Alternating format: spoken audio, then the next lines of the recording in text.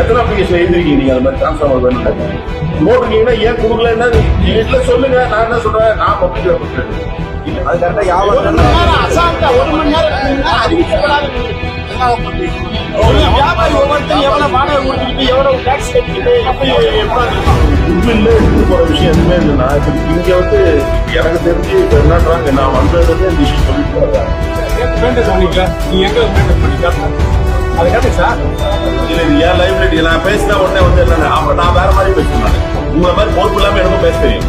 நான் பொறுப்பா பேசிக்கிறேன். செங்கல்பட்டு மாவட்டம் திருப்போரூர் அருகே கேளம்பாக்கம் சுற்றுவட்டார பகுதிகளில் அடிக்கடி மின் விநியோகம் துண்டிக்கப்படுவதாக கூறி துணை மின் நிலையத்தை முற்றுகையிட்டு வியாபாரிகள் மற்றும் பொதுமக்கள் போராட்டம் நடத்தினர். தகவல் அறிந்து இருசக்கர வாகனத்தில் விரைந்து வந்த திருப்போரூர் சட்டமன்ற உறுப்பினர் எஸ் பாலாஜி மக்களின் கோரிக்கைகளை புகாராக பெற்றுக் கொண்டார். பின்னர் மின்வாரிய அதிகாரிகளை சந்தித்து பேசியபோது பொறுப்பாக பதிலளிக்க வேண்டும் என்று எச்சரித்தார். கேளம்பாக்கம் ஊராட்சி வேகமாக வளர்ச்சி பெறும் நிலையில் அதற்கு ஈடாக மின் விநியோகம் செய்வதில் ஏற்படும் சிக்கல்களை தீர்க்க நடவடிக்கை எடுக்கப்படும் என்று செய்தியாளர்களிடம் பேசியபோது எஸ் பாலாஜி உறுதியளித்தார். கேளம்பாக்கம் பகுதியை பொறுத்தவரை மிக மிக அதிகமாக வளர்ச்சி அடைந்து வரக்கூடிய ஒரு பகுதி. இப்படி வளர்ச்சி அடைந்து வரக்கூடிய பகுதியில் ஒவ்வொரு நாளும் புதிய மின் இணைப்புகள் வழங்க வேண்டிய தேவை இருக்கின்ற பொழுது அதற்கு ஏற்றாற்போல் அமைத்திட வேண்டிய சுவிட்ச் யார்ட் அல்லது சப்ஸ்டேஷன், டிரான்ஸ்பார்மர் ஆகியவை அமைத்திட வேண்டும் என்கின்ற கோரிக்கையை வியாபாரிகள் நல சங்கத்தினரும்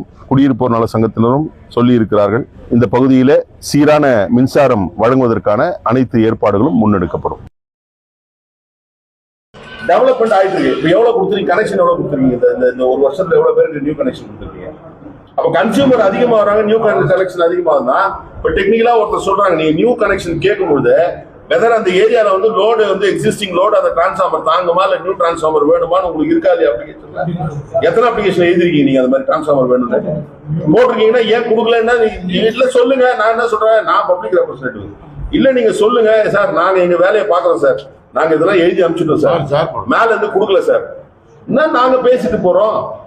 நீங்க வந்து டெக்னிக்கலா வந்து ஃபியூஸ் வந்து போயிடும், இதுல கோல்டு டைம்ல வந்து ஒயர் கான்ட்ராக்ட் ஆகும், சம்மர் டைம்ல வந்து எக்ஸ்பேண்ட் ஆகும். இந்த சயின்ஸ் எல்லாம் எங்களுக்கும் தெரியும்.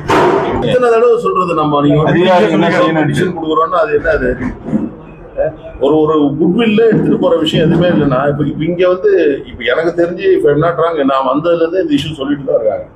ஒன்னு அட்டன் பண்ணிட்டு இருக்காங்க. கொஞ்சம் இப்ப இது இந்த 110 சப்ஸ்டேஷன் ஒண்ணு டிரான்ஸ்ஃபார்மர், அந்த 2 டிரான்ஸ்ஃபார்மர் இல்லாம எங்கெங்க டிரான்ஸ்ஃபார்மர்ஸ் தேவை இல்ல உங்களுக்கு ப்ராக்டிகலாவே என்ன இருக்குன்னு சொல்லுங்க. இப்ப நாங்க எதுக்கு இருக்கோம், ரெப்ரசன்டேட்டிவ் இருக்கோம். நீங்க வந்து சுப்பீரியர் ஆபீசர்ஸ் கிட்ட ரெப்ரசன்டேட் பண்ண போறோம்னா நம்ம ரெப்ரசன்டேட் பண்ண போறோம். அதாவது ஒரு பவர் டிரான்ஸ்ஃபார்மர் ஒன்று மாத்தாம ரொம்ப நாளா சிறுகள் கொண்டு கிடந்தது. இல்லைன்னா என்ன ஆகுதுன்னா வந்து நம்ம வந்து இதுக்காகவே நாங்க வந்து அசம்பிளி நடக்கணும்னு நினைச்சுக்கிறோம். அசம்பிளி நடக்கும்போது போய் உட்கார வேண்டியது. இது என்ன பண்ண போறீங்க சொல்லுங்க. நீங்க இதுக்கு என்ன சொல்யூஷன் உங்களுக்கு? இல்ல ஏதாவது ஒரு செயல் திட்டம், ஒரு ஒர்க் நீங்க வந்து ஸ்டடி பண்ணுங்க. இல்ல இது ஏன் லைப்ரரி நான் பேசினா உடனே வந்து இல்லைன்னா அப்புறம் நான் வேற மாதிரி பேசுவேன். நான் உங்களை மாதிரி பொறுப்பு இல்லாம எனக்கும் பேச தெரியும்.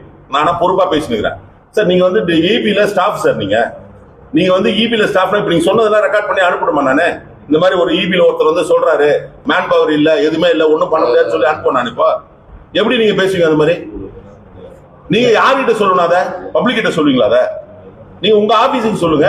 நீங்க எழுதுங்க, என்ன எழுதிருக்கீங்க நீங்க இது வரைக்கும் இவ்வளவு கம்ப்ளைண்ட்ஸ் இருக்குது, என்ன நம்ம ரெப்ரசன்டேஷன் கொடுத்துருக்கோம் ஆபீஸ்ல? சாயங்காலம் 5 மணில இருந்து 8 மணி வரைக்கும் 10 பேர் ஆஃப் பண்றாங்க. ஒரு அரை மணி நேரம் 1 மணி நேரம் கேட்டாங்க சார். வியாபாரி யாருமே எப்படி சார் பிசினஸ் பண்ண முடியும் சொல்லுங்க பாப்போம்.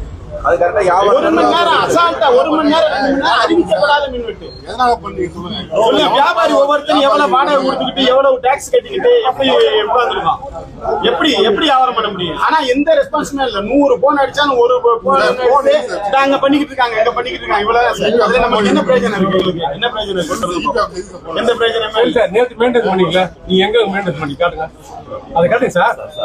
சார் அது இல்ல, அறிவிக்கப்படாத நீங்க மெயின்டைன் பண்ணீங்க. நேற்று அரசு ஒரு நாள் பவர் கட் பண்ணி மெயின்டைன் பண்ணீங்க, நீ எங்க மெயின்டைன் பண்ணி காட்டுங்க. பெரிய பெரிய கார்பரேட் கம்பெனிங்க பல டிரான்ஸ்பார்மர் வச்சிருப்பாங்க, இன்வெர்டர் வச்சிருப்பாங்க, அவங்க தப்பிச்சுக்குவாங்க. சின்ன சின்ன கடைக்காரங்க எல்லாம் இருட்டுக்குள்ள உட்கார்ந்து இருக்க வேண்டியது சார். கரெக்டா அந்த 5-6 மணிக்கு மேலே கட் பண்றீங்க. அதுக்கு நாங்க என்ன பண்ணணும்? அதுக்கு ஒரு வழி சொல்லுங்க.